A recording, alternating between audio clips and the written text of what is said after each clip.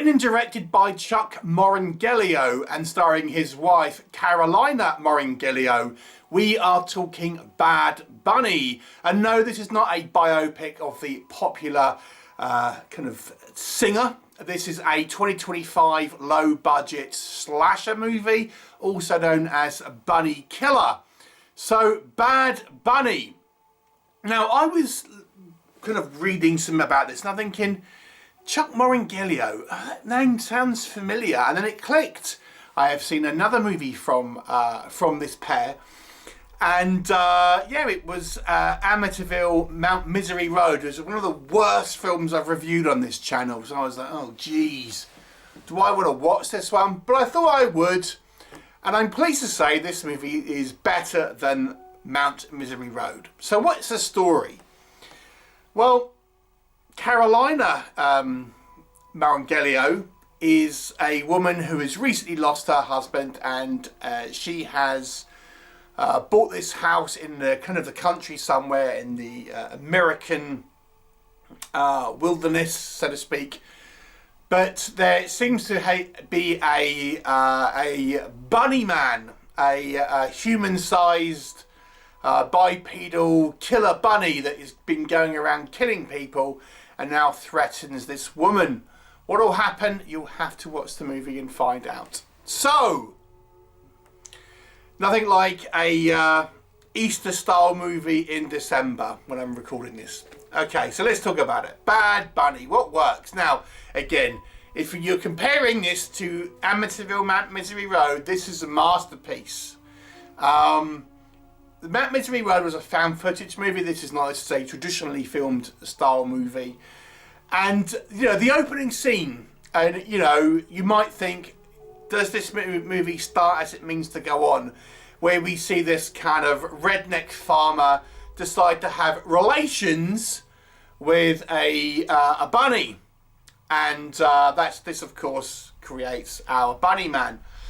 Now, obviously, not scientifically possible, as you probably know, but you're thinking, okay, is this going for like silly schlock, you know, bad taste, B-movie style film? Okay, you know, that kind of opening sequence, you know, I thought, is this setting it stall out? Is this going to be some kind of bad taste, deliberately slow style B-movie? It really isn't. Strangely, but it was certainly an interesting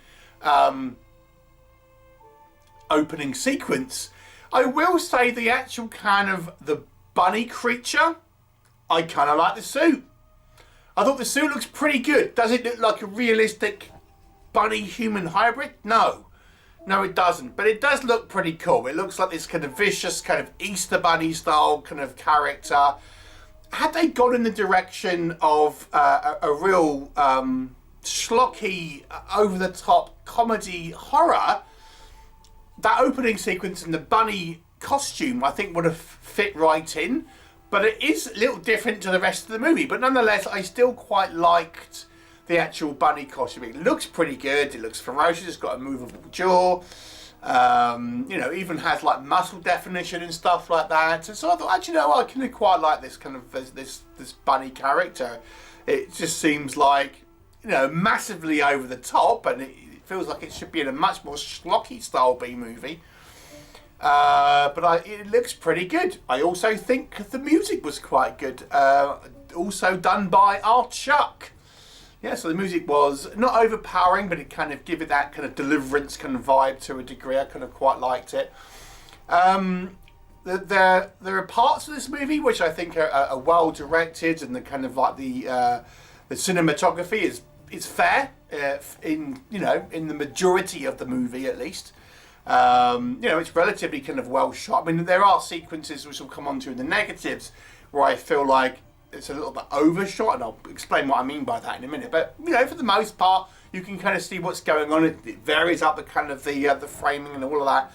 And the cinematography was the lighting and everything. You know, it's all fair. So, you know, it wasn't a bad movie on a technical scale.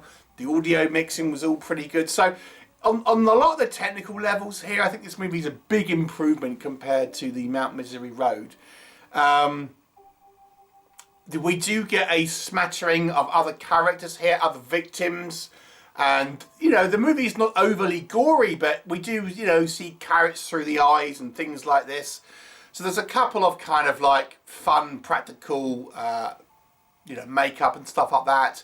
We never really see, you know, penetration through the eye with a carrot, but we see the aftermath. So obviously budget's somewhat limited, but it does feel like a somewhat kind of like more professional movie than from what I've seen from these two previously. You know, the movie has a variety of different kills. We get a few different kind of like other people that this kind of well, I was going to say cat and mouse, but like more like mouse and human style kind of like chase sequence, you know, comes across and things like this. And the movie has a kind of like a quite a neat ending, I will say, a sort of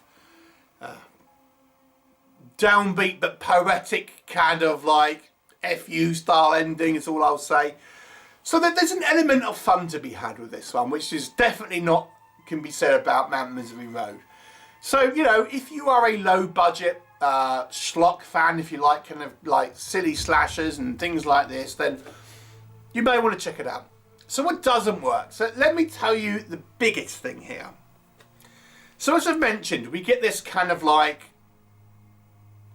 bestiality opening sequence. It's nothing graphic, it's nothing explicit, but you obviously get what's going on. And then when we see the kind of the bunny creature, I'm thinking, okay, this is going to be like this kind of crazy, over the top sort of B movie. However, that is at odds with the rest of the film, where they almost take it too seriously. And we're meant to have this our character played by our wife, Karolina, wife of the director, running away, and meant to have these sort of moments of where she's, you know, she's giving up hope and all the rest of it, and it's meant to have these like these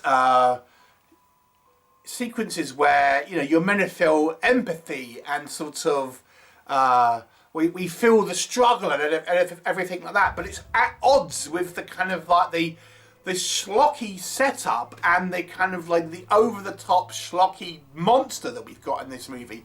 So it almost takes itself too seriously, and this movie, I personally feel, needed to have more goofy humour in it. Let me give you an example of one easily missed opportunity, right?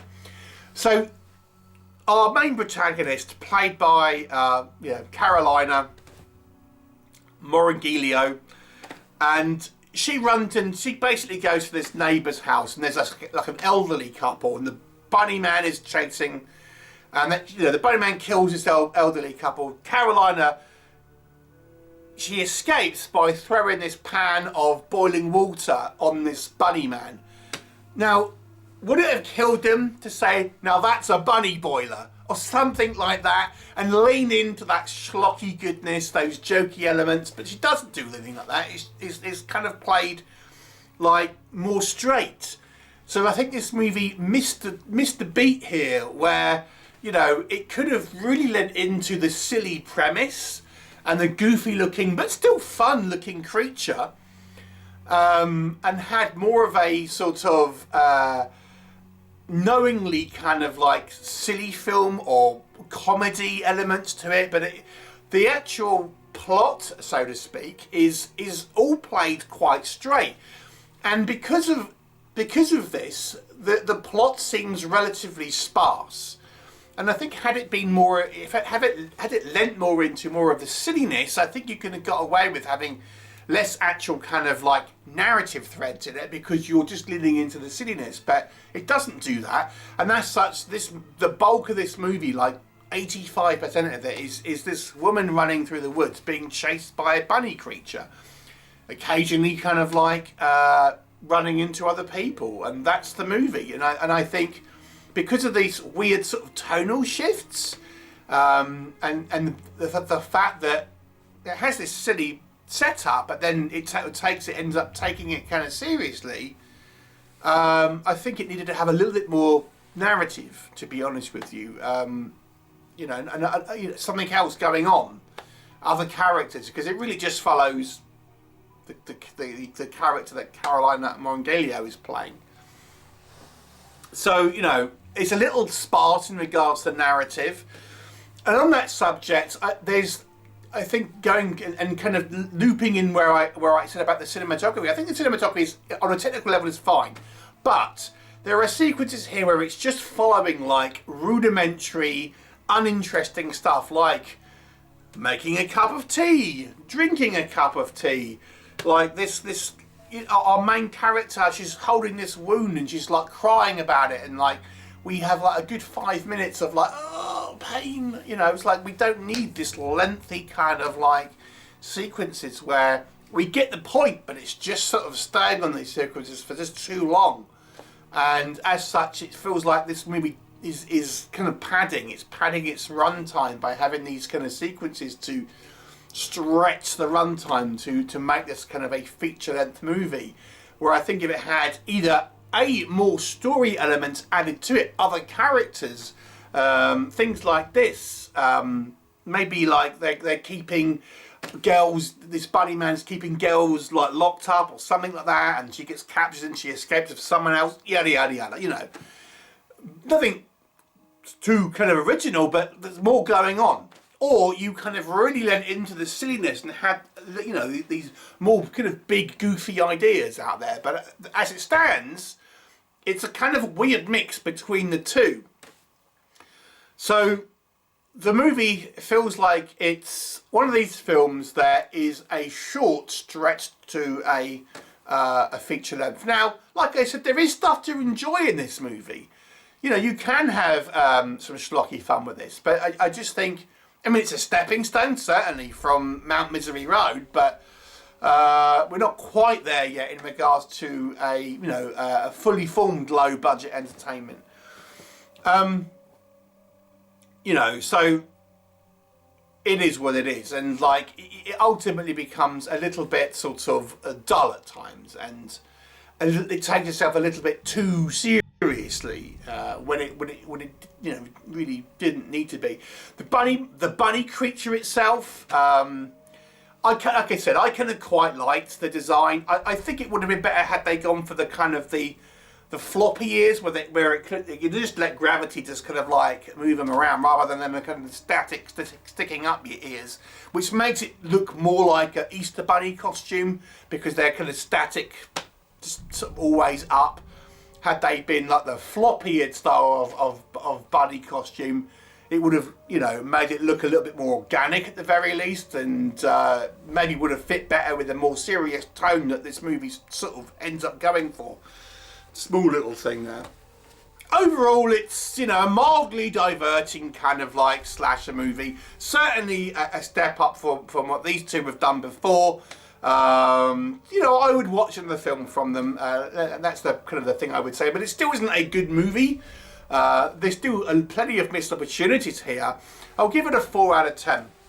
Have you seen it? What do you see? Please let me know your thoughts, and I'll look forward to seeing you next time.